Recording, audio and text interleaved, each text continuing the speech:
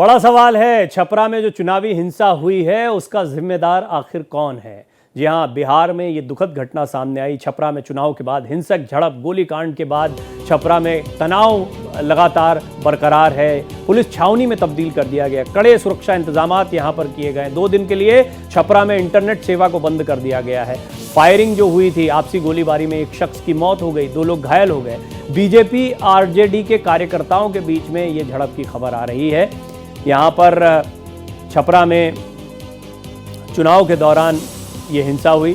अस्पताल में घायलों से रोहिणी आचार्य मिलने भी गई। एक पोलिंग बूथ पर रोहिणी आचार्य गई थी, उसके बाद में ये झड़प हुई है।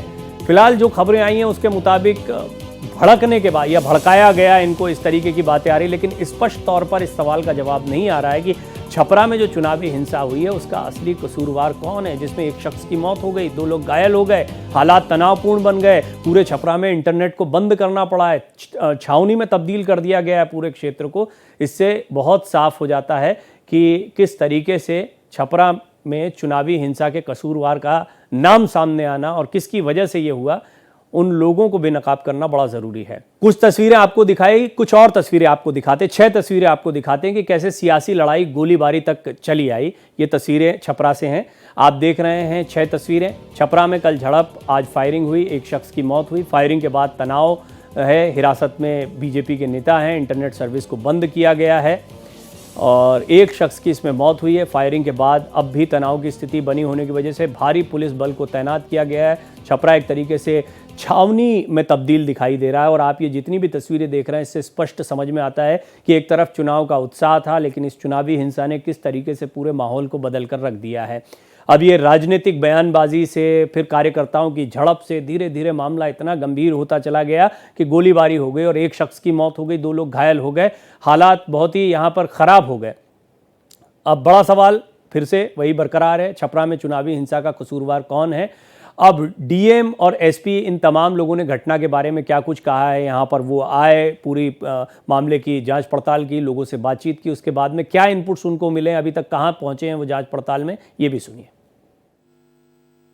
ऐसी सूचना मिली कि यहाँ पर दोनों गुट के जो समर्थक थे उनके बीच झड़प हुई और आरजेडी, हाँ, बीजेपी और आरजेडी, और दोनों गुट के समर्थक के बीच में गोलीबारी हुई, जिसमें एक को गोली लगी, उनकी मृत्यु हो गई है और एक अभी घायल हैं और एक और भी हैं जो घायल हैं। तो टोटल 1 मृत्यु है और 2 घायल हैं। बूथ नंबर 318-19 के बाद के पास 2 पार्टियों के बीच में, उसी की प्रतिक्रिया में आज सुबह कुछ असामाजिक तत्वों ने 3 व्यक्तियों पर फायरिंग करी, जिनमें से एक व्यक्ति की मृत्यु हो गई है, दूसरा व्यक्ति भी गंभीर है और वो पटना में इलाजरत है और तीसरा व्यक्ति सेफ है।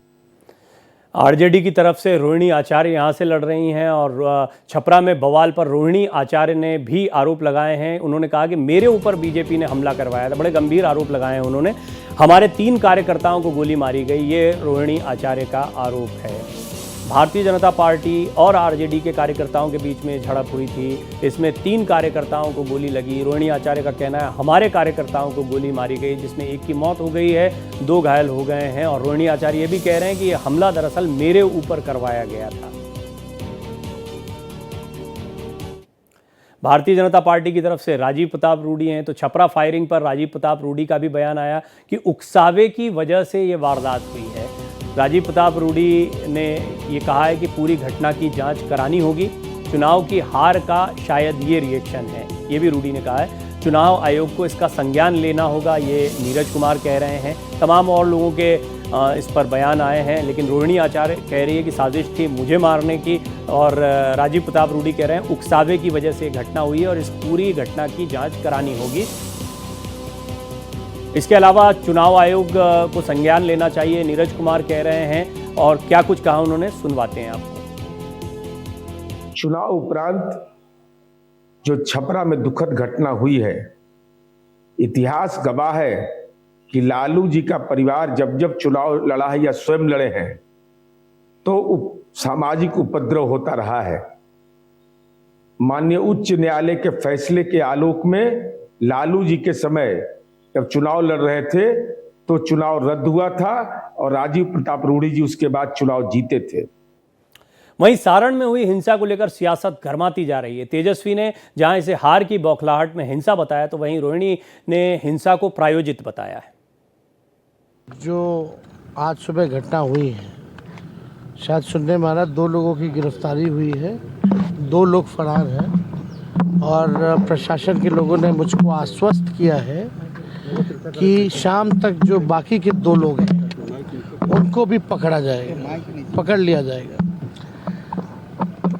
कुछ लोग हैं ऐसे जो हार की बौखलाहट से इस तरह का काम होता है, लेकिन चुनाव में इस तरह के लिए कोई जगह नहीं है और प्रशासन को लोगों को इस बात को देखना चाहिए।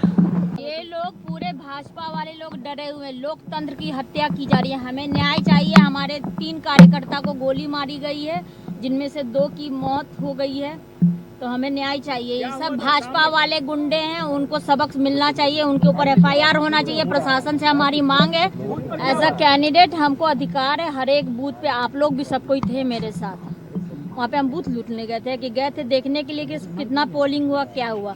उसमें से एक ये जो भाजपा वाले जो गुंडे हैं वो बैठे हुए थे अंदर में, उनसे पूछे हम कि आप वोट डाल दिए, तो बोला कि हाँ डाल दिए। तो हमने फिर अंदर क्या करने, आप बाहर निकलिए। उसी पे ये लोग भद्दी मुझे गालियाँ दी गई है। उसके बाद से ये लोग पत्थर, बांस और डंडा लेकर के मेरे ऊपर जानलेवा हमला हुआ है और उसके बाद से मेरे कार्यकर्ता को आज सुबह मार दिया गया। बेहद ही दुर्भाग्यपूर्ण है। इस तरह की छवियों की लोकतंत्र में कोई गुंजाइश नहीं है। कल जब हमारी प्रत्याशी वहां से रोहिणी जी एक बूथ पे गई, जिस तरह की दबंगई और अशोभनीय भाषा का इस्तेमाल हुआ, इन्होंने रिस्ट्रेंट रखा, धैर्य रखा, संयम रखा, लेकिन उसके बाद इस तरह की घटना होती है तो मैं समझता हूं कि कई सारे लोग ये नहीं समझ रहे हैं कि लोकतंत्र में आपको ये तय करना होगा कि अगर व्यापक आबादी के साथ आप इस प्रकार का व्यवहार करेंगे और इस तरह की घटना को अंजाम देंगे तो ये लोकतंत्र के चीरहरण की तरह है, उसकी आत्मा को मारने के जैसा। मैं उम्मीद करता हूं कि पुलिस प्रशासन त्वरित कार्रवाई करे।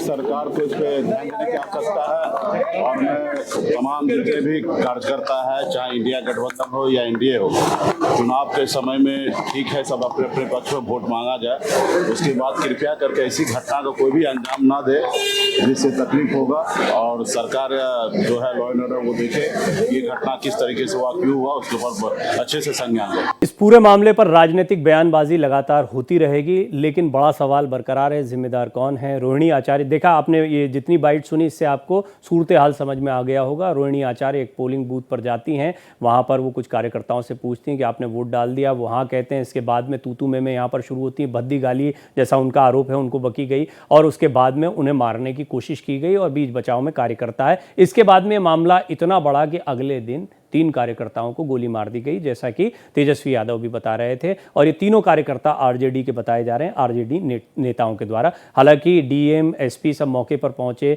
इसमें कुछ लोगों को हिरासत में लिया गया है। पूरे मामले की जांच पड़ताल चल रही है।